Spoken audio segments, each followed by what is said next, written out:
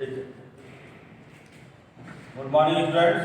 आज क्लास 9 में हम आपको सब्जेक्ट बायोलॉजी से जुड़ा एक चैप्टर है टिश्यू के बारे में बताने जा रहा है। अरे स्टूडेंट्स में ध्यान दीजिएगा। टिश्यू जैसा कि आप जानते हैं ऊतक, पहले फर्स्ट ऑफ ऑल जो है इसकी परिभाषा के बारे में जानते हैं कि what is definition of tissue. ऊतक है क्या? देखिए स्टूडेंट ध्यान दीजिए, ऊतक क्या है? कोशिका से बना हुआ एक प्रकार की रचना है ना, कोशिकाओं से बनी हुई एक रचना है जिसको हम टिश्यू का नाम देते हैं। वैसे एग्जाम्पल के तौर पर देखा जाए, इसको डिफिनेशन के बारे में पहले देख लीजिए आप। डिफिनेशन के बाद चर्चा करते हैं। उत्पत्ति, संरचना तथा कार्य में एक समान कोशिकाओं के समूह को ऊतक कहते हैं। उत्पत्ति, संरचना, कार्य में एक समान कोशिकाओं के समूह को ऊतक कहा जाता है। जस्ट लाइक कोशिकाओं का समूह, अभी आपको बताया है, कोशिकाओं का समूह को ही हम ऊतक की संरचना का नाम देते हैं, जो उत्पत्ति, संरचना तथा कार्य में एक समान। अब स्टूडेंट ध्यान दीजिए, ये ऊतक दो प्रकार के होते हैं। पहला है आपका जंतु ऊतक, दूसरा है पादप ऊतक। दो प्रकार के ऊतक होते हैं। अभी मत ध्यान दीजिए, दोनों ऊतक समान है ऐसा नहीं है। जंतु में 4 प्रकार के ऊतक आपको देखने को मिलेगा। पहला नंबर 1 है, बता दूं आपको, एपिथेलियम ऊतक। एपिथेलियम ऊतक ये एक प्रकार का ऊतक होता है जो हमारे त्वचा वगैरह में पाया जाता है। ऐसे ऊतक को एपिथेलियम का ऊतक का नाम देते हैं। दूसरा इसके अंतर्गत आता है पेशी ऊतक, जो हमारे मसल्स वगैरह में जो ऊतक होता है उस ऊतक को हम पेशी ऊतक की संज्ञा देते हैं, मस्कुलर टिश्यू कहते हैं, है ना। अब तीसरा जो आप ध्यान दीजिएगा यहाँ पर, तो तीसरा ऊतक है वो आपका है तंत्रिका ऊतक, या इसको संयोजी ऊतक के भी संज्ञा देते हैं, संयोजी ऊतक ये है तीसरा। और चौथा अगर देखा जाए तो चौथा आपका पड़ जाता है तंत्रिका ऊतक, को हम नर्वस सिस्टम का नाम देते हैं तंत्रिका ऊतक, है ना। और एक ऊतक और भी है, इसको हम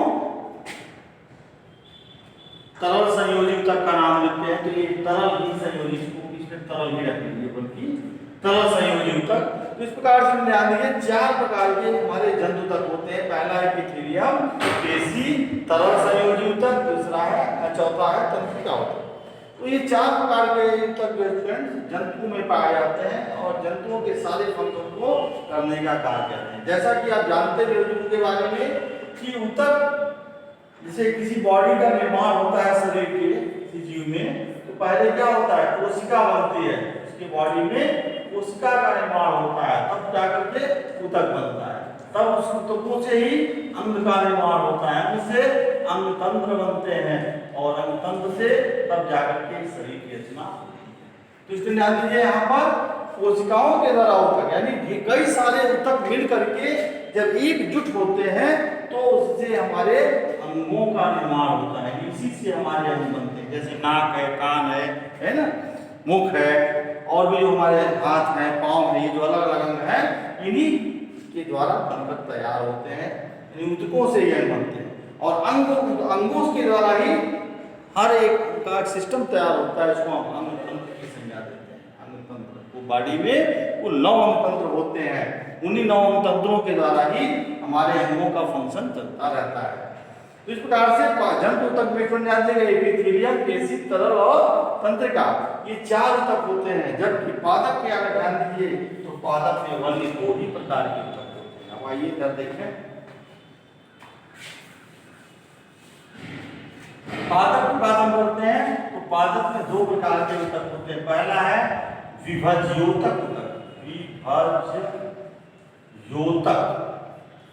विभज्योतक ऊतक है, इसको हम अंग्रेजी में मेरिस्टेमिक टिश्यू का नाम देते हैं।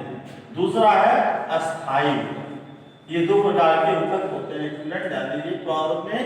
अब आप कहेंगे विभज्योतक ऊतक क्या है? विभज्योतक ऊतक जो है पौधों के ऊपरी टिप पर, जिसे कहा जाए, जैसे ब्रांच है पौधे की, तो उसके लास्ट टिप पर या पत्ती के लास्ट टिप पर देखा जाए, यानी शीर्ष पर ये ऊतक पाए जाते हैं, जिसके द्वारा क्या होता है, पौधों का विकास तेजी के साथ हो जाता है। टिप में जितना प्रोटीन प्रकार का विशेष हार्मोन होता है जिसके द्वारा उससे नई नई तरह की ब्रांच पत्तियां वगैरह निकलती। तो ये कहने का मतलब इसको ध्यान दीजिएगा, पौधों के शीर्ष पर है ना ये ऊतक पाया जाता है जिसके द्वारा पौधे का डेवलपमेंट होता है। दूसरा है स्थायी ऊतक। स्थायी ऊतक में दो प्रकार के ऊतक होते हैं। पहला है जटिल ऊतक, जटिल ऊतक, और दूसरा ऊतक आपका आता है सरल ऊतक। ये सरल ऊतक, तो दो ऊतक इसमें आपके देखने को मिलते हैं, जटिल ऊतक और सरल ऊतक स्थायी ऊतक में, और पहला तो विभेद्य ऊतक। तो ये कहने का मतलब है कि ये ऊतक जो है अब सरल ऊतक में आपके दो ऊतक आ जाते हैं। पहला तो मेन जो है आपका जाइलम, दूसरा है फ्लोएम, फ्लोएम आ जाता है। अब वो कहेंगे जाइलम फ्लोएम क्या है? जाइलम इस प्रकार से हमारे शरीर में धमनी और शिरा का फंक्शन होता है, उसी प्रकार से पौधों के अंदर जाइलम फ्लोएम का कार्य होता है। ये भी दो प्रकार के ऊतक होते हैं। जाइलम को हिंदी में दृढ़ोतक का नाम देते हैं, इसको हम मृदुतक का नाम देते हैं। अब देखिए जाइलम का क्या क्या है, पौधों के अंदर उपस्थित ये ऊतक जो है मिट्टी से जल खनिज दोनों को एकत्रित करके पत्तियों तक पहुंचाने का कार्य करता है, शाखाओं पत्ती तक पहुंचाता है।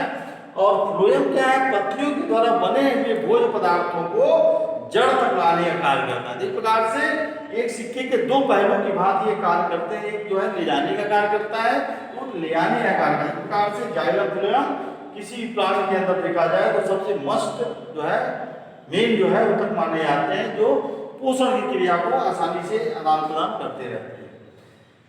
जटिल ऊतक की बात करते हैं तो जटिल ऊतक जैसे कहा जाए तो पौधे के अंदर मोटाई में गर्भ में बढ़ता है तो कैम्बियम विकार होता है, पौधों के अंदर वार्षिक वलय बनते हैं, ये सारी क्रिया जटिल ऊतकों के कारण ही होती है। इस प्रकार से पौधा रेशे में से उसके लकड़ी में रेशे आते हैं, पौधे मोटे गठीले काष्ठी हो जाते हैं, वार्षिक वलय उसके अंदर बनते हैं, तो ये सारी क्रिया जटिल ऊतकों के कारण होती है। तो पोषण के माध्यम से ही क्या होगा, जंतु का यानी पौधे का विकास होता है और पौधा मोटाई गर्भ में बढ़ता जाता है। डालियां आपकी समय मूली के बराबर होती है, एक समय ऐसा आता है कोई डालियां मोटी मोटी हो जाती हैं।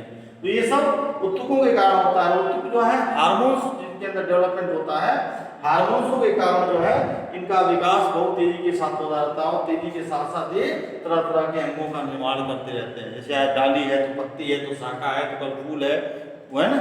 इस प्रकार से ये सारी चीजें इससे उत्पन्न होती रहती है। इस प्रकार से किसी भी जीव के अंदर अगर देखा जाए जो पादप हो चाहे जंतु हो, उनके अंदर ऊतक का एक अपना फंक्शन होता है। बगैर ऊतक के उसकी सेल जो है उसके अंग जो है अंग तंत्र है कभी भी फंक्शन सही कर पाते हैं, जिसके कारण उसका डेवलपमेंट जो है जीव का रुक जाता है ना। इस प्रकार से किसी भी जीव के अंदर ऊतक का एक अपना फंक्शन होता है। अभी आपको परिभाषा हमने बताया भी है, उत्पत्ति संरचना तथा कार्य में एक समान कोशिकाओं के समूह को ही ऊतक कहते हैं, है ना।